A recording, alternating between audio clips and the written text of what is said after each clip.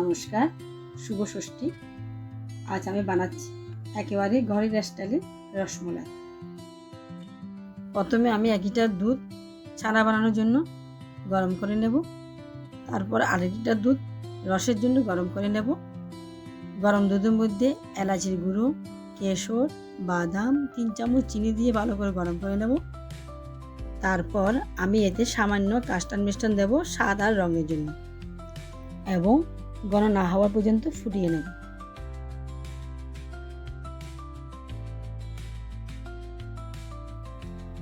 এরপর আমি দুধ কেটে ছানা বের করব।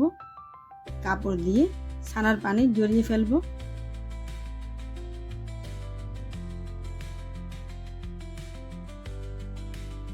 ছানাকে ভালোভাবে মেখে নরম করে নেব। তারপর 1 চামচ ময়দা দেব যাতে ছানাটা সুন্দরভাবে বেড়ে যায়।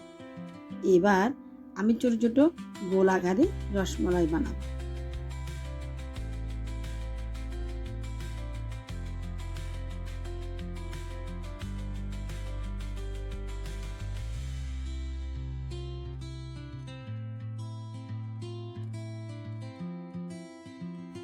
একটি প্যানে আধা কাপ চিনি 5 কাপ জল দিয়ে ফুটিয়ে নেব।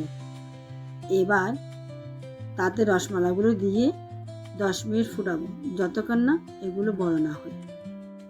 10 মিনিট পরে আমি একে একে রসমালাই তুলে বরফ জলে ঢেলে দেব। 5 মিনিট রেখে দেব।